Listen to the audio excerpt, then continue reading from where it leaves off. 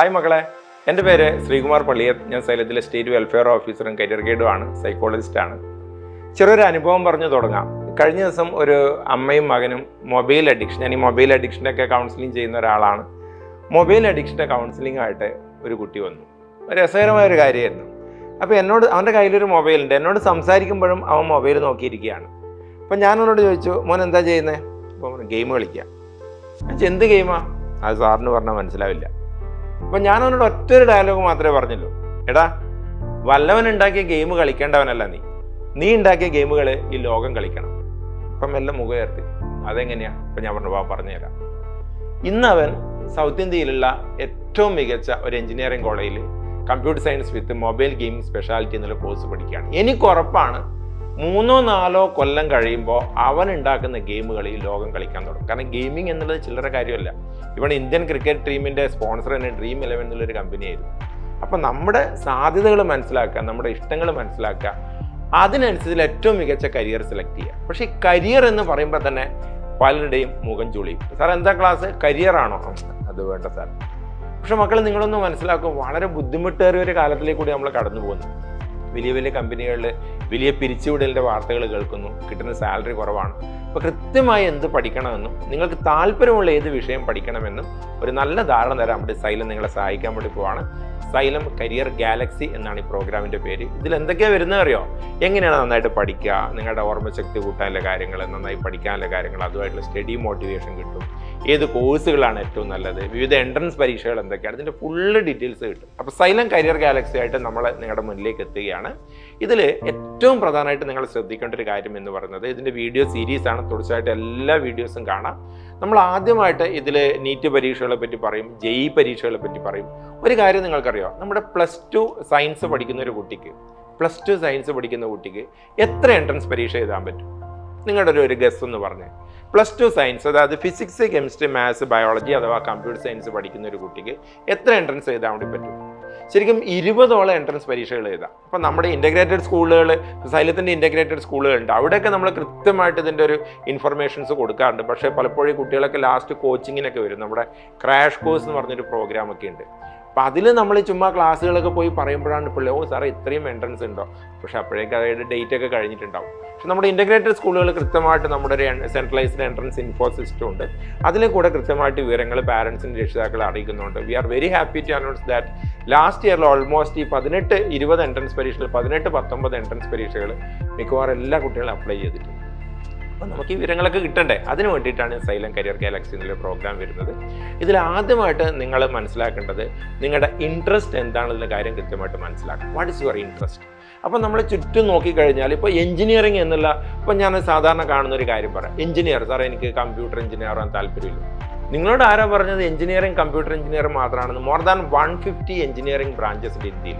നിങ്ങൾ ചുമ്മാ ChatGPT അല്ലെങ്കിൽ ജെമിനി അല്ലെങ്കിൽ മെറ്റാ എടുത്തിട്ട് which are the major engineering branches in India എന്ന് നോക്കി ഇഷ്ടം പോലെ ഉണ്ടാവും. അപ്പം മക്കൾ ആദ്യം നമ്മുടെ ഇൻട്രസ്റ്റ് കണ്ടെത്തുക എന്നുള്ളതാണ്. ചില സമയത്ത് അവൻ ഈ മൊബൈൽ ഫോൺ ഗെയിമിങ്ങിൽ കണ്ടിന്യൂസ് ആയിട്ട് കളിക്കുമ്പോൾ അതിൻ്റെ അർത്ഥം ഈസ് ഇൻട്രസ്റ്റഡ് ഇൻ ദാറ്റ്, അല്ലേ? ചില ആൾക്കാർ വലിയ ടൗണുകളിലേക്കൂടെ യാത്ര ചെയ്യുമ്പോൾ മാനം മുട്ടേ നിൽക്കുന്ന ബിൽഡിങ്ങുകളൊക്കെ ഇങ്ങനെ നോക്കാം, അതിൻ്റെ സ്ട്രക്ചറൊക്കെ നോക്കും. അപ്പോൾ അച്ഛനോടാവാൻ പറയും, അച്ഛൻ ഈ ബിൽഡിംഗ് ഒക്കെ ഗൾഫിലൊക്കെ പോകുമ്പോൾ അല്ലെങ്കിൽ മറ്റു രാജ്യങ്ങളൊക്കെ പോകുമ്പോൾ കാണാം, സിംഗപ്പൂരോ മലേഷ്യയിലൊക്കെ പോകുമ്പോൾ വളരെ സ്ട്രക്ചറൽ ബ്യൂട്ടിയുള്ള ബിൽഡിങ്ങുകൾ കാണാം. അച്ഛൻ എങ്ങനെയാ അച്ഛൻ ഇങ്ങനെയുള്ള ബിൽഡിങ്ങുകളൊക്കെ ഉണ്ടാക്കുന്നത്? അവനൊരു സിവിൽ എഞ്ചിനീയർ ആവേണ്ട ആളാണെന്നേ. അപ്പോൾ ഈ മൊബൈൽ ഫോണിനോടുള്ള ക്രൈസ് പോലെ ചില ആൾക്കാർക്ക് എന്ന് വെച്ചാൽ അതിനേക്കാളും ഇൻട്രസ്റ്റിംഗ് ആയിട്ടുള്ള മറ്റു കാര്യങ്ങളുണ്ട്. വാഹനങ്ങൾ, അല്ലേ? ഒരു പുതിയ വണ്ടി കിട്ടിക്കഴിഞ്ഞാൽ വേറെ ഒന്നും വേണ്ട, ആ വണ്ടി അതിൻ്റെ പവർ കൂട്ടാൻ ശ്രമിക്കുക, അല്ലെങ്കിൽ അതിൻ്റെ മറ്റ് പല കാര്യങ്ങൾ വർദ്ധിപ്പിക്കാൻ ശ്രമിക്കുക, അതിൻ്റെ സൈലൻസർ മാറ്റുക. അതൊക്കെ ഇപ്പം നിയമവിധേയമാവുന്നുണ്ടെന്നൊക്കെയാണ് പറയുന്നത്. അപ്പം വാഹനങ്ങളായിട്ടുള്ള അസാമാന്യമായ ഇൻട്രസ്റ്റുള്ള ഒരു കുട്ടി എന്തിനാ കമ്പ്യൂട്ടർ എഞ്ചിനീയർ ആവുന്നത്? He must become automobile engineer, mechanical engineering.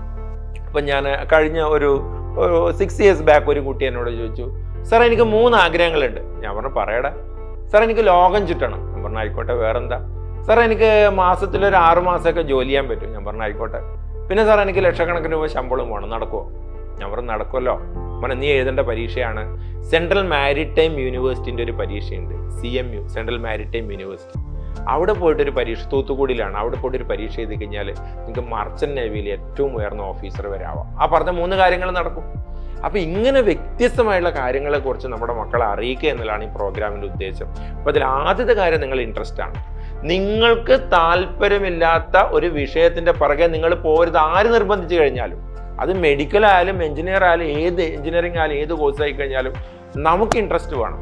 കാരണം ഞാൻ കഴിഞ്ഞ ദിവസം ഒരു ടി-വിൻ്റെ ഒരു സർവേ ഞാൻ കണ്ടു. ഇന്ത്യയിൽ ഏറ്റവും കൂടുതൽ ആൾക്കാർ മാനസിക സമ്മർദ്ദം അനുഭവിക്കുന്നത് 2 കാര്യങ്ങൾക്കാണ്. ഒന്ന് റിലേഷൻഷിപ്പിലുള്ള പ്രശ്നങ്ങൾ, 2 ജോലിയുമായി ബന്ധപ്പെട്ട പ്രശ്നങ്ങൾ. ആദ്യത്തെ അവിടെ നിൽക്കട്ടെ, രണ്ടാമത്താണല്ലോ നമ്മുടെ വിഷയം. ഇപ്പം ഒരു ജോലിയിൽ ചേർന്ന് കഴിഞ്ഞിട്ട് അയ്യോ എനിക്ക് ഈ ജോലി പറ്റുന്നില്ല, ഞാനിത് എങ്ങനെയാണ് ചെയ്യാന്ന് പറഞ്ഞാൽ വിലപിച്ചിട്ട് എന്താ കാര്യം? അതിപ്പോൾ ഒരു 25 വയസ്സുള്ള ഒരാൾക്ക് അല്ലെങ്കിൽ 26 വയസ്സുള്ള ഒരാൾക്ക് ചോയ്സ് കുറവാണ്. കാരണം ഓൾറെഡി അയാളൊരു പ്രത്യേക വിഷയത്തിൽ ക്വാളിഫൈഡ് ആയിട്ടുണ്ടാവും. ഒരു 30 വയസ്സുള്ള ആളെ സംബന്ധിച്ചാൽ ഓൾറെഡി ആളൊരു വിഷയത്തിൽ ക്വാളിഫൈഡ് ആണ്.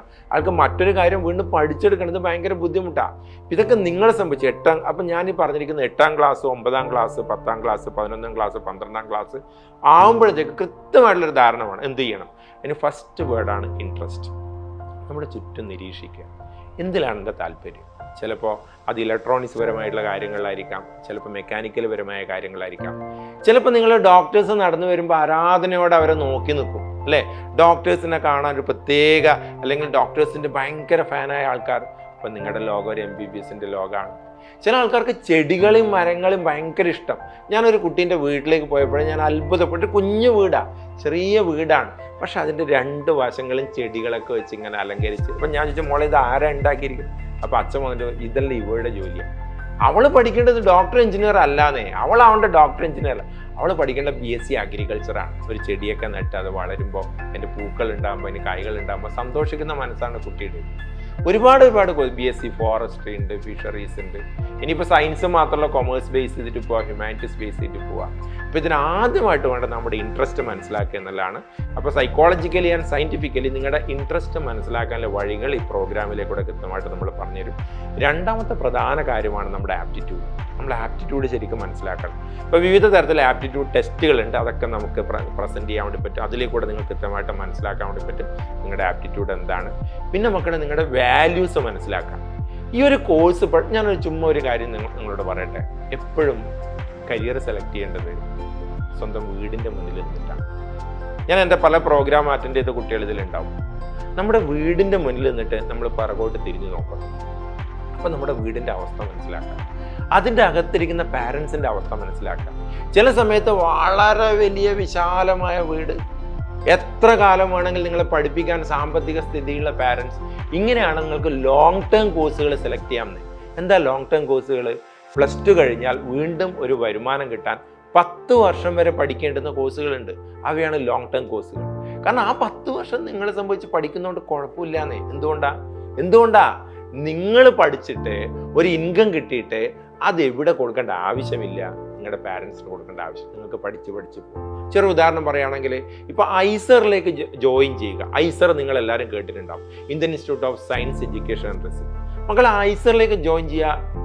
I strongly believe it's A long term course. കാരണം +2 ശേഷം ഐസറിൽ ജോയിൻ ചെയ്യുമ്പോൾ 5 വർഷമാവും. ഈ 5 വർഷം ആയിക്കഴിഞ്ഞാൽ നിങ്ങൾക്കൊരു മാസ്റ്റർ ഡിഗ്രി കിട്ടും. മാസ്റ്റർ ഡിഗ്രി കഴിഞ്ഞാൽ നിങ്ങൾ വീണ്ടും എന്ത് ചെയ്യണം? ഒരു PhD എടുക്കണം. അതിനും വീണ്ടും 4-5 വർഷം എടുക്കും. അപ്പോൾ ഞാൻ ഈ കാര്യങ്ങൾ പറയുമ്പോൾ വ്യക്തമായിട്ട് നിങ്ങൾ മനസ്സിലാക്കാം. അപ്പം ലോങ് ടേമിലേക്ക് പോകണോ? അല്ല, ഒരു മാസം 15-ാം തീയതി ആകുമ്പോഴത്തേക്ക് തന്നെ സാമ്പത്തികമായിട്ട് ബുദ്ധിമുട്ടുള്ള, രോഗങ്ങളൊക്കെ ബുദ്ധിമുട്ടിക്കുന്ന, അല്ലെങ്കിൽ ഒരു ഇടത്തരം ചുറ്റുപാടുള്ള ആൾക്കാരാണെങ്കിൽ അവരെ നമുക്ക് സഹായിക്കണ്ടേ? എത്ര കാലമായി അവരെ നിങ്ങളെ വളർത്തുന്നത്? ജീവിതത്തിൽ അവർക്ക് സന്തോഷം അനുഭവിക്കണ്ടേ? ഒരമ്മ അല്ലെങ്കിൽ ഒരു അച്ഛൻ എപ്പോഴാണ് ജീവിതത്തിൽ ഏറ്റവും കൂടുതൽ സന്തോഷം അനുഭവിക്കുന്നത് നിങ്ങൾക്കറിയോ? തങ്ങളുടെ മകൻ്റെ ഫസ്റ്റ് സാലറി. അത് അവർക്ക് വേണ്ട, അവർക്കത് കണ്ടാൽ മതി. അമ്മ എൻ്റെ ഫസ്റ്റ് സാലറിയാണമ്മ. നിങ്ങൾ ആ മൂമെൻ്റ് ഒന്ന് ചിന്തിച്ച് നോക്കിയേ. ഒരു 22-ാമത്തെ വയസ്സിൽ 2.5 ലക്ഷം രൂപ 3 ലക്ഷം രൂപ സാലറി കിട്ടിയിട്ട്, അതൊക്കെ അന്നേരം നോട്ടുകൾ ഉണ്ടാവണം എനിക്കറിയില്ല, നോട്ടുകളാക്കി മാറ്റിയിട്ട് അച്ഛൻ്റെ അമ്മേനും മുന്നിൽ കൊടുക്കുന്ന ഒരു പാരന്റിനെ സംബന്ധിച്ചിടത്തോളം കിട്ടുന്ന ഏറ്റവും വലിയ റിവാർഡ് അതാണ്. പക്ഷെ അത് ആവശ്യമുണ്ടോ എന്ന് ചിന്തിക്കണം. അപ്പോൾ നിങ്ങൾക്കത് കുറച്ചൊരു ഇടത്തരം ഫാമിലിയൊക്കെ ആണെങ്കിൽ മക്കളെ ഷോർട്ട് ടേം കോഴ്സുകൾ എടുക്കുന്നതാണ് നല്ലത്. ഷോർട്ട് ടേം കോഴ്സുകൾ എന്ന് പറയുമ്പോൾ ഒരു 22 വയസ്സാകുമ്പോഴത്തേക്ക് കൃത്യമായിട്ട് ജോലി കിട്ടും. അതിനുശേഷം വലിയ രീതിയിൽ പഠിക്കേണ്ട ആവശ്യമില്ലാത്ത നല്ല പ്ലേസ്മെൻറ്റ് കിട്ടുന്ന നല്ല പ്രീമിയം ഇൻസ്റ്റിറ്റ്യൂട്ടുകളിൽ പോയിട്ട് പഠിക്കണം. നിങ്ങൾ ചുമ്മാ ChatGPT എടുത്തിട്ട് IIT പ്ലേസ്മെൻറ്റ് റെക്കോർഡ്സ് 2024 എന്ന് അടിച്ചു നോക്കിയാൽ IIT കാൺപൂരിൽ 5,53,00,000 രൂപ, IIT മദ്രാസിൽ 4,30,00,000. ഇതൊക്കെ കോടിക്കണക്കിന് രൂപ കിട്ടുന്നത് നമ്മൾ ഇതേപോലെ +1 +2 8 9 10 +1 +2 കഴിഞ്ഞിട്ട് പോകുന്ന പിള്ളേരാണ്. അപ്പോൾ ഇതിനെക്കുറിച്ചുള്ള വ്യക്തമായ ധാരണ തരാൻ വേണ്ടിയിട്ടാണ് സൈലം കരിയർ ഗാലക്സി. ഇതിൻ്റെ എല്ലാ എപ്പിസോഡുകളും മറക്കാതെ കാണുക. ഈ ഓൾമോസ്റ്റ് ഒരു 1 ഇയർ അല്ലെങ്കിൽ ഒരു 6 months to 8 months ഈ പ്രോഗ്രാം നിങ്ങൾ കണ്ടിന്യൂസ് ആയിട്ട് കണ്ടു കഴിഞ്ഞാൽ ഒരുവിധം എല്ലാ കോഴ്സുകളെക്കുറിച്ചും ഇന്നത്തെ അവയുടെ പോസിബിലിറ്റീസിനെ കുറിച്ച്, ഇനി ഭാവിയിൽ എന്തൊക്കെയാണ് അതിൽ വരുന്ന മാറ്റങ്ങൾ, ഇതിനെക്കുറിച്ചൊക്കെ ധാരണ ഉണ്ടാവും. വിവിധ എൻട്രൻസ് എക്സാമുകളെ കുറിച്ചുണ്ടാവും, വിവിധ സ്കോളർഷിപ്പുകളെ കുറിച്ചുണ്ടാവും, വിവിധ കോഴ്സുകളെ കുറിച്ചുണ്ടാവും, പിന്നെ എങ്ങനെ നന്നായി പഠിക്കാം എന്നുള്ളതിൻ്റെ motivation, study skills, memory skills videos ഒക്കെ ഉണ്ടാവും. ഇതൊക്കെ ആയിട്ട് വീണ്ടും നമുക്ക് അടുത്ത എപ്പിസോഡുകൾ കാണാം. മറക്കാതെ കാണുക. Thank you very much.